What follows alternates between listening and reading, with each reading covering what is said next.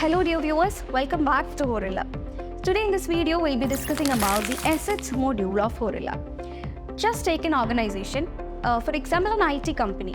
Inside an IT company, there'll be so much assets like the laptops, the mouses, headphones, mics and so on.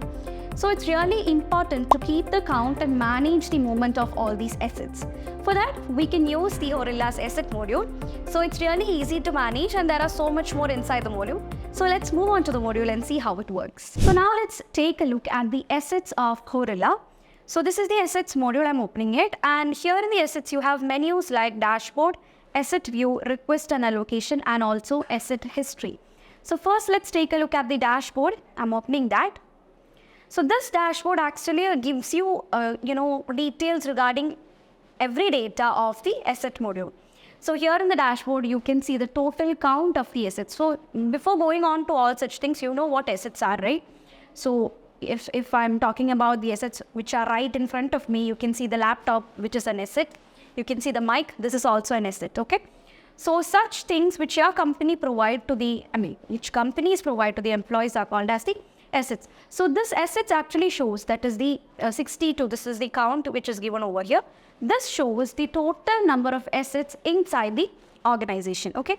Now here you have the count of the asset request. So if you are an employee, you are requesting for an asset, okay? So such requests, currently there are 7 requests for the asset. And then you can see how many assets are in use, okay?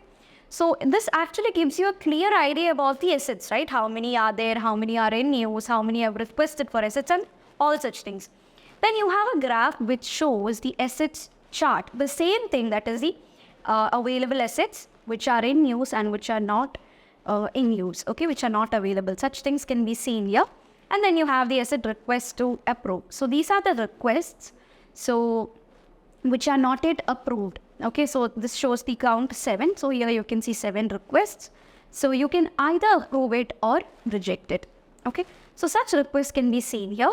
Then if you just scroll down, you can see assets which are in use as well as the allocated assets. So these are the assets which are allocated to different employees. And then you can see the graph of the assets which are in use. So you can see the assets like the laptops, headphones, phones, bags, cameras, mouse. So these are all the assets which are there in the organization. And you can see the graph, that is the count of all those things which are in use. Okay, so that's the dashboard. Now let's go in detail about each. So first we have the asset view.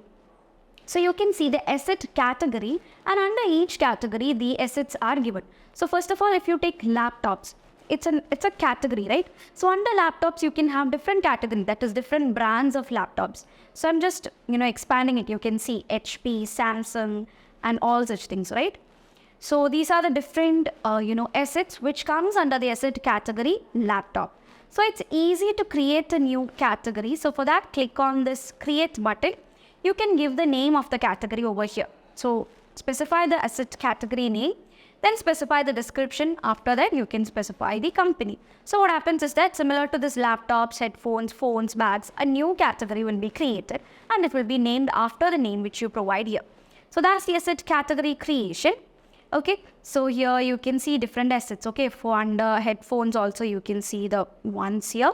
So for each of these assets, you have the option to update, duplicate, asset report, and then you can delete it. Okay, so all these things can be performed. Now if you just click on this asset report, if you want to add an asset report corresponding to an asset, you can give the title here, then the asset will automatically be there because we are taking this, or we are giving this report directly from the asset, right? And after that, you can choose a file from your system to add the report. Once it's done, you can simply save it. Okay, so that's the asset category. That's how you create asset category. Then you have this request and allocation. Okay, so if anyone want any particular asset, okay, you can request for the asset and the allocation of the assets will be given there. So this is my ping, okay, this will be showing the assets which I own. So currently there are no assets which has been assigned to you, which means me. So here you can see all the assets request, okay. So if you want to create a new request, you can click on this plus icon over here. So this is I am the requesting user. So I'm requesting for a laptop. Okay. So please give me a laptop. So this is my request and I'm saving it. Okay. So this is the new request which I've created. So currently I don't have any assets. So what I'm going to do is I'm going to approve it. Okay. So choosing the asset from out of that category, I can choose any of the assets. So I'll put Samsung and save it. So the thing is that you should assign condition images also. Okay. So you can choose one from the file. So I'm just choosing a random picture from here and saving it. Okay. So that's saved. Now you can see under assets, one asset has come, which is the laptop which I've requested for. Okay, so that's how you request for an asset, and once the request is approved under your assets, that will be added. Okay, then you have this asset allocation.